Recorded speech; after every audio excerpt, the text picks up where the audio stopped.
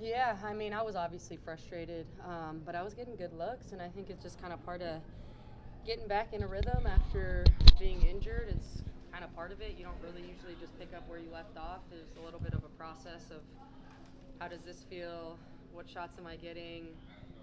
Like, what level am I at right now, especially taking contact? That's kind of been the hardest part. And at halftime, I was able to see, like, all right, I'm good. And I got to just take a deep breath, settle, and was able to come into that second half. And thankfully, kind of stayed aggressive because it helped us. Kind of was able to see the ball go through, hit some shots, able to get to the free throw line, and just kind of play my game. I mean, I feel like my stat line ended up being what it normally is. It just didn't look great in the first half, but I think that's kind of part of my growth is understanding it's like a long game, and it felt good to kind of get back into rhythm from, obviously playing 3 games not healthy. So you really feed off of this home crowd. Feels like they kind of push you when you're kind of in that rhythm. Do you prefer to play here or on the road where you also sometimes feed off of some of the negative noise around you? I mean, I feed off of both. It's always fun going into an opposing arena. Like, that fires me up as well. But obviously, I think for our group, it's been huge to be able to be home.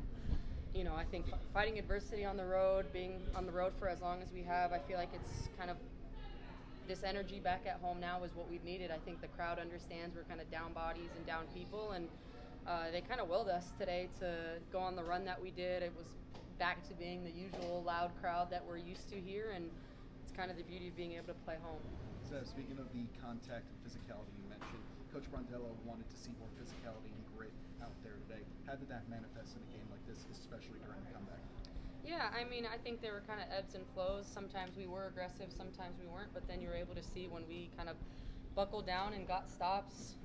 We were kind of the aggressors on the defensive end, flying out, contesting, rebounding, blocking shots, then being able to go, and that's when we kind of made our run offensively in transition. So, I think understanding defense kind of fuels our offense, and I was proud of the way that we fought, especially we kind of were down 10, and then out of nowhere we were up 10. It was just like a crazy 5-minute run for us, and I feel like it's just kind of been the story of our season of how we're able to kind of lock in, and most of the time it's kind of annoying because we kind of do it to ourselves, but I think I'm obviously just proud of the way that we fought back and were able to grind that out. Stewie spoke to us about a moment, I think it was in the third quarter, where you put up this like circus behind your head shot and it didn't fall, and then you fell to the ground, and you're a little frustrated, and Stewie was sort of like, that was your time to reset. Can you just sort of take us through that whole moment there and how you were able to reset after that happened? Yeah, I mean, I was more annoyed with the refs. I'm never one to complain about not getting a foul call in a game. But, I mean, for as hard and physical as players play me, to not get one foul call until, like, the fourth quarter, I feel like is insane. So that's what I was annoyed with. And then you kind of realize you can't worry about the refs and the calls that they make, and just how to settle back in and realize I was getting good looks and not trying to force anything. And obviously I have a great role model to be able to watch with Stewie, who always does that. She's always just like super composed, and whether the ball's not going in or things aren't going her way, she kind of just stays the course. And I kind of feel like I let out a little inner Stewie there, was able to just kind of keep my head down and grind away, chip away, and then ended up going in for me.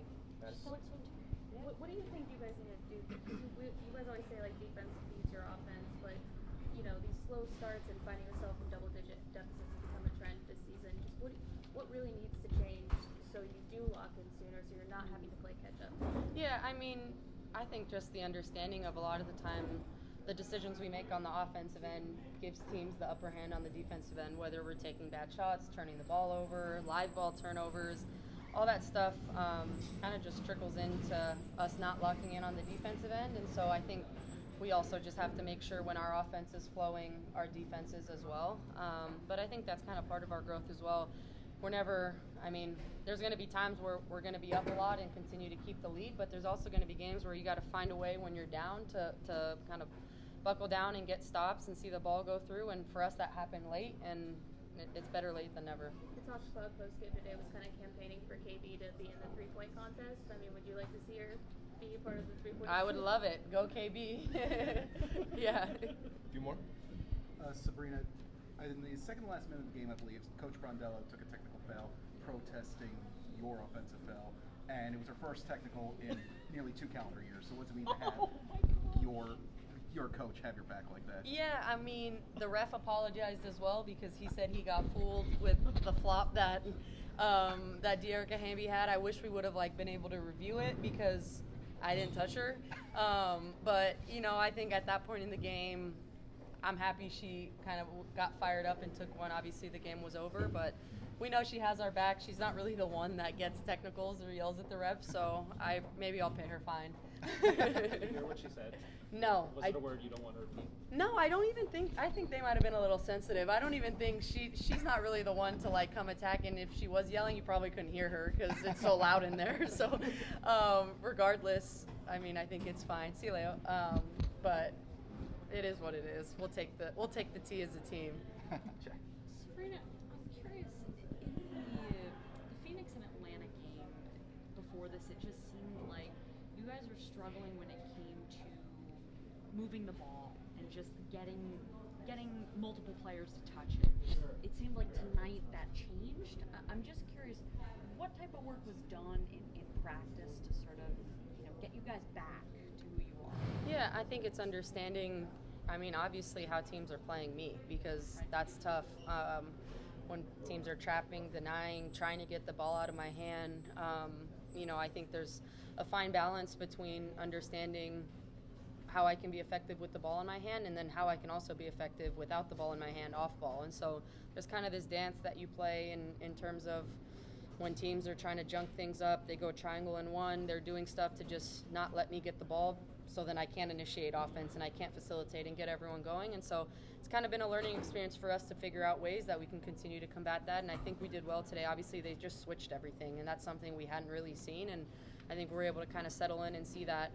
But obviously, it's still early on, so I think it's been great for us to see so many defenses because when it gets time to hit the playoffs and teams are going to be throwing all this, kind of junk defense out, it's like we'll be really well equipped to understand when teams are trying to take something away, this is how we're able to go out and execute. Thanks, Seth. Appreciate your time and insight. Thank you, guys. Thank you.